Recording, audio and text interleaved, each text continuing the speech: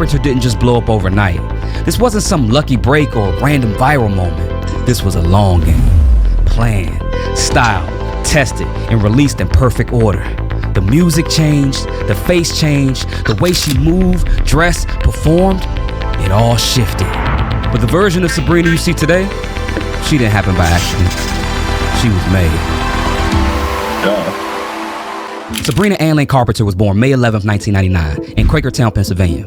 Growing up, she would sing so much around the house, her dad had to build a sound booth in the basement just so she wouldn't bother the neighbors. And by 10, she was already uploading cover songs to YouTube.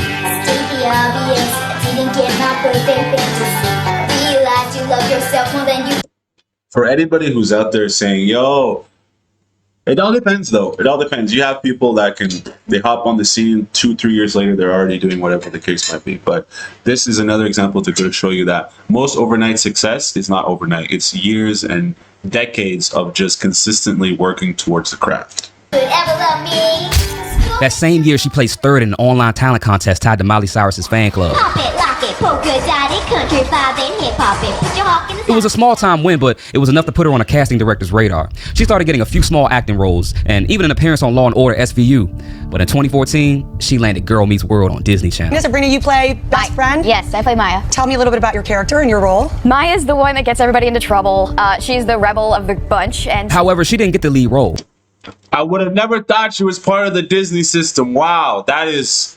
Shouts out to Sabrina Carpenter, bro. She played Maya Hart, the wisecracking best friend. But with her undeniable singing skills, Disney still signed her to Hollywood Records and released her debut single, Can't Blame a Girl for Trying. Even if I always end up crying, well, you can't blame a girl for trying.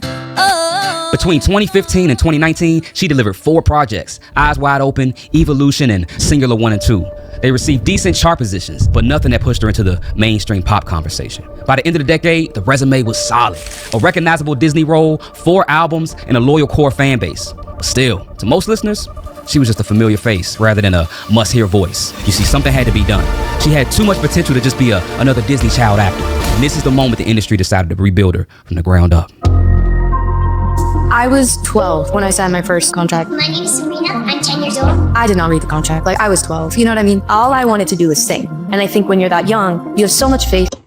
Yes, you have so much faith in all these things people are doing. Here's the thing that you guys need to understand is like, the younger you are, the more impressionable you are, and the more you can be controlled by what we call here in this situation, the opposition.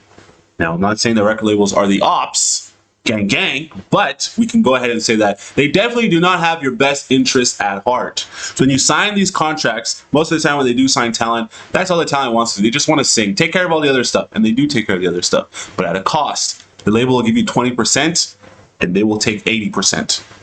Yes, so now you're singing, but at such a reduced rate for what you probably are deserving in value. So this is one of those situations where I don't know what the label situation is with Sabrina. We're about to find out, but we can definitely say that most of the time, it's always best to understand your contracts that you're getting yourself into. But I digress. Let's find out exactly what the Sabrina Carpenter situation is, and then we can speak more upon it. And the goodness of people. You don't even consider that people could be using you or misguiding you. I never wanted to let anybody down, and I never wanted to disappoint. So there was a lot of political things I had to say yes to, and songs that were singles that I didn't think were singles, and there was a say in what I wore. If I wasn't as defiant of a young woman as I was, I would have definitely lost myself completely. You see, there's a moment that arises for every pop star that hits a plateau, especially for child stars who rose to fame on Nickelodeon or Disney Channel. A lot of young stars have had to find themselves. When you were on stage with Robin Thicke and getting a lot of criticism for twerking, when you look back at that period, what do you see? You know what I think it is? I understand the business I'm in. I'm in the music industry. I'm in the record business. So when I sign a contract, they're buying, records that they wish to sell. So I understand that I am setting myself up to become merchandise. There's this unspoken industry standard that you have to sexify everything to just go to the next level. So my homegirl here with the big butt. Yes, this is true. This is true. It's one of those unfortunate situations, but to sell to the masses, you can't be a little kid anymore. That's not going to work. Being a little kid is not going to work anymore, okay? You can't be a little kid. You unfortunately have to sexualize yourself in that sense. That's why there's always that sort of like you would call it the bad girl phase or the bad boy phase that an artist goes through because they now want to grow up. Prime examples of this are, mind you, after Chris Brown did that whole situation with Rihanna, what happened? He became Bad Boy Breezy. Got all tatted up. Okay, time to grow up. Justin Bieber had that phase. He became Bad Boy Breezy. A Bad Boy BB. He got all the tats, started peeing in restaurant kitchens, right? Rihanna, good girl gone bad. So, as you can clearly see, there's a motif here of you're not a kid anymore. Let's put the adult themes all over you. And let's get back to Miley Cyrus' mild attempt here at twerking. This might be interesting for all you gooners. Sorry. You have to sexify everything to just go to the next level.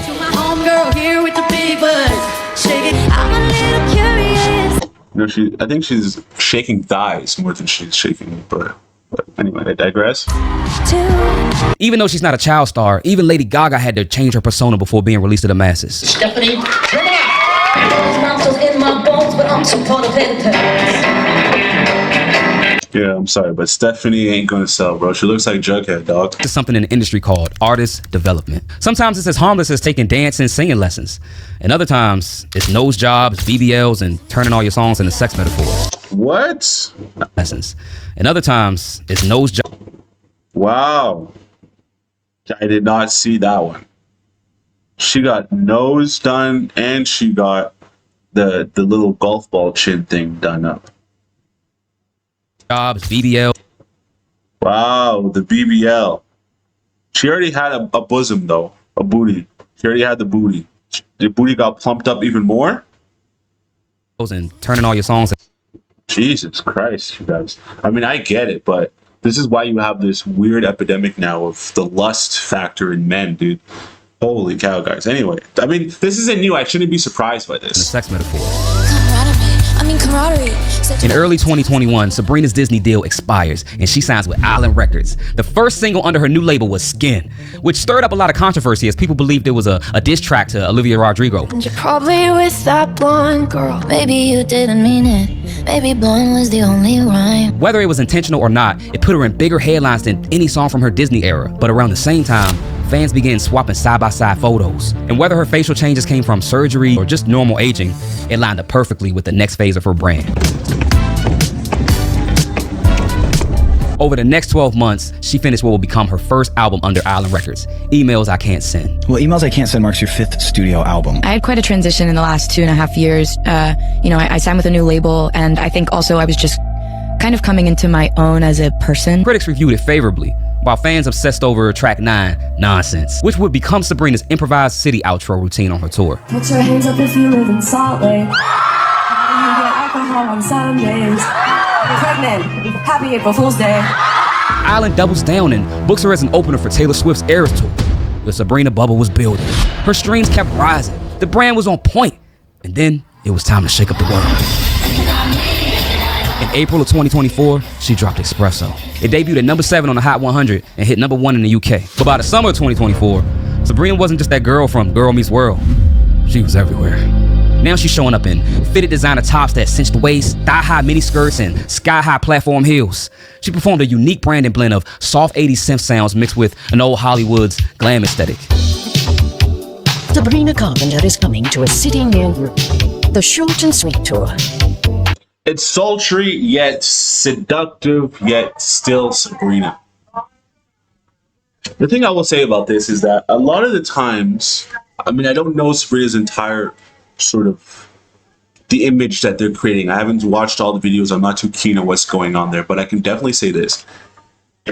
Actually, I don't want to really speak out of turn, but I can definitely say that maybe everything that she's doing is a little bit more milder. It's a little bit more understanding of her younger audience that she has. So the things that she's doing, she's not pushing the boundaries like a Madonna or a Lady Gaga is in terms of selling sex in that sense.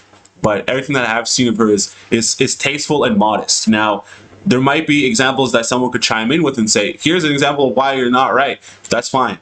There's many different angles to a single story, guys, all right? with special guests Amore Griff and Declan McKenna. 2 quick brand deals made the shift impossible to miss. First, a lingerie campaign for Rihanna's Savage Fenty. Then, a shapewear shoot for Kim Kardashian's Skims. Then I guess I was wrong. I guess I was wrong. I was literally trying to plead the case. I was trying to plead Shorty's case. And here I am, misled. Sorry, guys. Is this safe for YouTube? Can I turn this into a YouTube thumbnail? Lingerie campaign for Rihanna's Savage Fenty. Then, a shapewear shoot for Kim Kardashian's Skims. I'm gonna risk it on YouTube. I'm gonna risk it on YouTube. I'm taking the risk for the tube, boys. I'm taking the risk for the YouTube. I don't know if this is acceptable on YouTube, bro. I mean, I don't know. It could be. This could be completely against the rules. But Digital Vogue cover dropped soon after, and now things are really getting hot. For the short and sweet sessions, Alan paired Sabrina with 3 proven hitmakers who each fill a different role. First, you got Jack Antonoff. The huge thing that I think about when I'm making music is I don't care how many times I've played this instrument. How do I access that part of me that discovered it for the first time? The producer, writer behind Taylor Swift's Midnights and many other pop hits as well. He handled roughly half the album, layering bright 80s synth pads and live room percussion that gave the tracks like Please Please Please their clean pastel vibe. Ian Kirkpatrick, whose credits include Dua Lipa's New Rules. He brought the punch to tracks like Bedcam. Then you got Amy Allen, songwriter for Harry Styles, Halsey, Lizzo, and many others. She served as the album's main lyric partner. Take me to the studio when you created that song, and did you guys come from a coffee shop? How did that even come to your mind? We were in France and just having a great time, and Sabrina is such a good songwriter, and her personality is always like pulling these like new things out of a hat that I'm like, that's so funny. Like, where did that just come from? And she's just a dream to work with. The result? The album hit #1 on Billboard and went certified platinum. Even her 2022 album, Emails I Can't Send, sneaks back into the Billboard charts. New fans started to find her old work. There was clearly a big budget machine behind her. Stylists, playlist plugs, brand strategists. But it does seem like she's driving the car. What do you think is the biggest misconception about you? How much time do we have?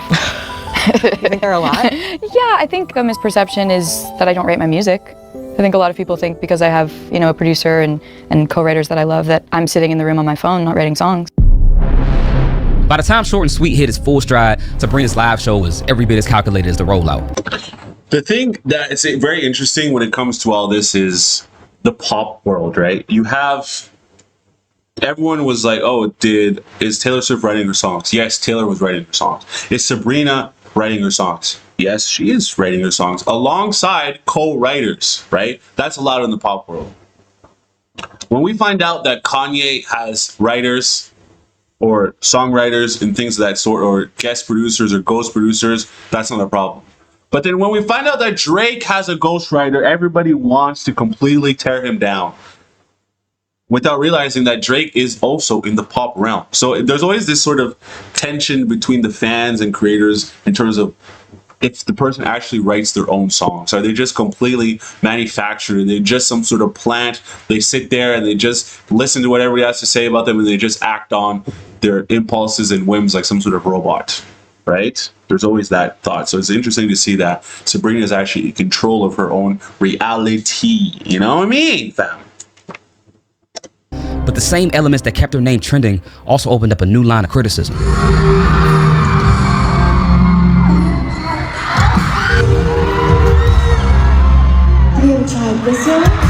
The conversation intensified as videos surfaced of her bedcam outro. Backlit curtains showed a dancer lifting Sabrina's legs and mimicking foreplay. There was massive outrage about how she still had Disney Kids fans that were attending her shows. Wow! Remember the point that I was making just a couple of minutes ago about, oh, maybe she's not so crazy out there like a Madonna or Lady Gaga. She's modest in what she's doing. I take it back.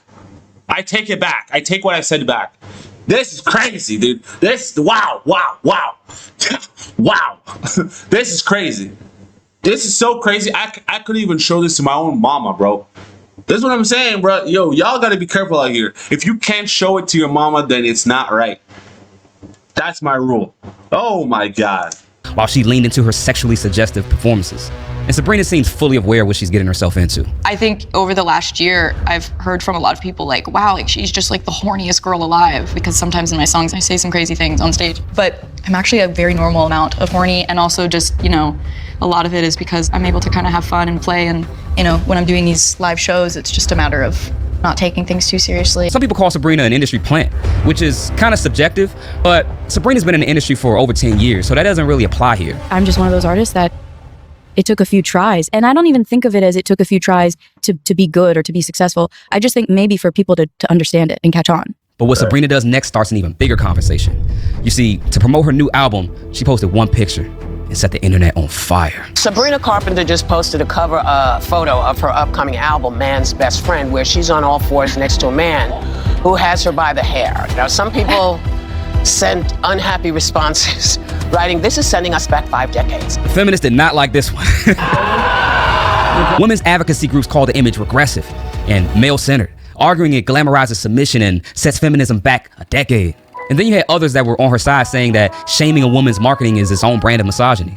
We are all born sexual creatures, thank God.